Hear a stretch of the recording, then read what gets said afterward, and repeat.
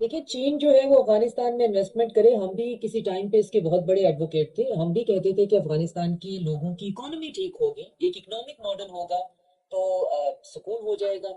वो फिर ये जो टेररिज्म की इकोनॉमी है इससे बाहर हट जाएंगे। लेकिन हम गलत साबित हुए, और फिर उसमें चाइना जो है उसने इन्वेस्टमेंट की। वो इन्वेस्टमेंट इस पूरे रीजन में करना चाहता है।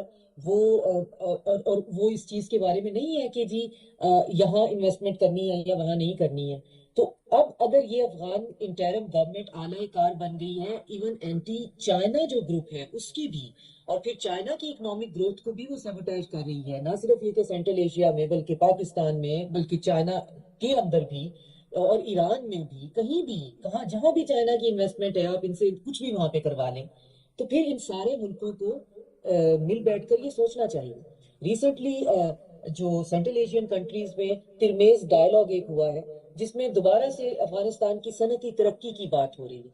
देखिए, सनती तरक्की की बात सबसे पहले पाकिस्तान ने की थी, लेकिन आप देख रहे हैं कि वो ना सिर्फ ये कि वो सनती तरक्की पाकिस्तान की नहीं होने देना चाहता, वो किसी को सनती तरक्की की तरफ इस पूरे रीजन में जाने ही नहीं देना चाहता। तो फिर हमें ये आइडेंटिफाई करता है कि इसके पीछे एक बहुत ब्रॉडर और बहुत बिगर एजेंडा है, और जो जिसके पपेटियर कोई और है।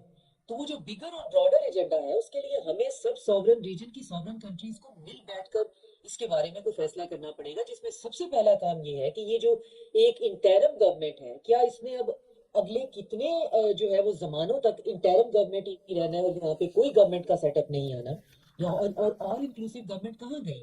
अब रिसेंटली आप देखें कि ये इतने इनडिग्निफाइड लोग हैं, मैं मुझे समझ नहीं आ रहा और कौन सा इनके लिए एडजेक्टिव यूज किया जा सकता है, कि ईरान पे अटैक के लिए मेरी इंफॉर्मेशन है, कहीं से मैंने पढ़ा कि इन्होंने कहा कि जिस बागराम एयरबेस के लिए ये कहते थे कि जी हम आंखें निकाल लेंगे अगर किसी ने कहा, तो ये खुद ट्रंप को ऑफर करते फिर रहे थे कि आप ले लें हमसे और ईरान पे अटैक कर लें।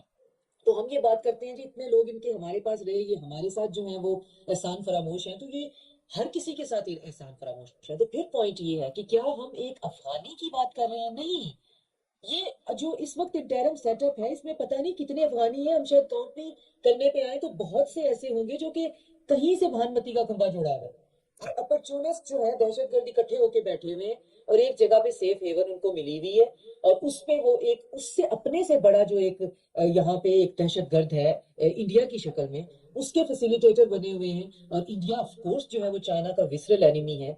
तो फिर वो चाइना के जो इंटरेस्ट है उस पर भी अटैक करता है, वो हमें भी अटैक करता है, वो पूरा सेंट्रल एशिया जो है वो उसके अंदर जो है वो अनरेस्ट चाहता है, और इकोनॉमिक ग्रोथ तो बिल्कुल नहीं चाहता। तो ये कौन लोग हैं? ये अफगानी तो नहीं हो सकते, ये अफगान जनरल पॉपुलेशन तो नहीं हो सकती जो कि अपने फ्यूचर का सोच ही नहीं रहे।